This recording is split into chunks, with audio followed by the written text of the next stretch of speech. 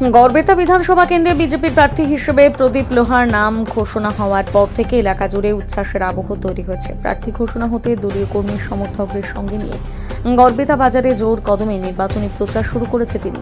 প্রচারে নেমে মানুষের সঙ্গে সরাসরি যোগাযোগ স্থাপন করে নিজের অবস্থান আরও শক্ত করার চেষ্টা চালাচ্ছে প্রদীপ লোধা।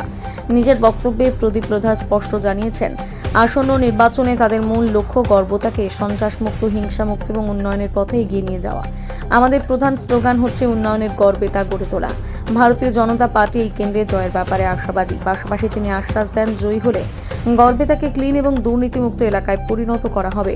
প্রদীপ লোধা নির্বাচনী প্রচারের মাঝে প্রতিদ্বন্দ্বী তৃণমূল কংগ্রেস প্রার্থী উত্তরা সিংহ হাজরাকে বহিরাগত প্রার্থী বলে কটাক্ষ করেন। প্রদীপ লোধার দাবি, গড়বেতার মানুষ এমন একজন প্রতিনিধিকে চান যিনি স্থানীয় এবং এলাকার সমস্যা এবং মানুষের চাহিদার সঙ্গে নিবিড়ভাবে যুক্ত। সেই কারণে তিনি নিজেকে মাটির মানুষ হিসেবে তুলে ধরে ভোটারদের সমর্থন কামনা করেছেন। প্রতিপক্ষকে বহিরাগত ইস্যুতে আক্রমণ করে প্রদীপ লোধা বোঝাতে চাইছেন এলাকার সার্বিক উন্নয়নের জন্য ভারতীয় জনতা পার্টির প্রার্থী প্রদীপ লোধা উপযুক্ত।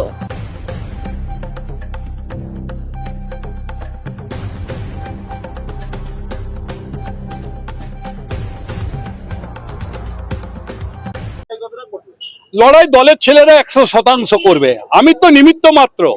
100% দলের ছেলেরা গড়বেতা বিধানসভার মানুষের মনের দুঃখ কষ্টকে মেটাবার জন্য, গড়বেতার কৃষক সমাজের হাহাকার, সেই হাহাকারকে রুখে দেবার জন্য গড়বেতার যুব সমাজ দলমত নির্বিশেষে, জাত ধর্ম সমস্ত কিছুর ঊর্ধ্বে উঠে গড়বেতার উন্নয়ন হচ্ছে মূল লক্ষ্য।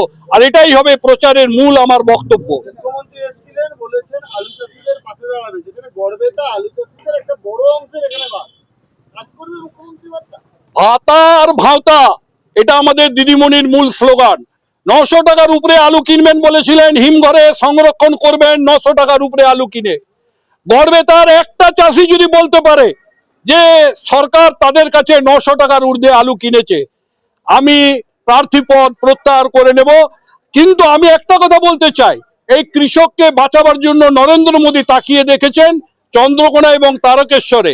একদিন ছাড়া রেলওয়ে র্যাক দেওয়া হচ্ছে, মালগাড়ি দেওয়া হচ্ছে, যাতে এই এলাকার কৃষকের ঘরে জমে থাকা আলু, এই আলুকে অন্য রাজ্যে রপ্তানি করা যায়। তার ব্যবস্থা আমাদের কেন্দ্রীয় সরকার, আমাদের রেলমন্ত্রী করেছেন, আমাদের নেতা শ্রমিক ভট্টাচার্য এবং শুভেন্দু অধিকারীর কথাতে।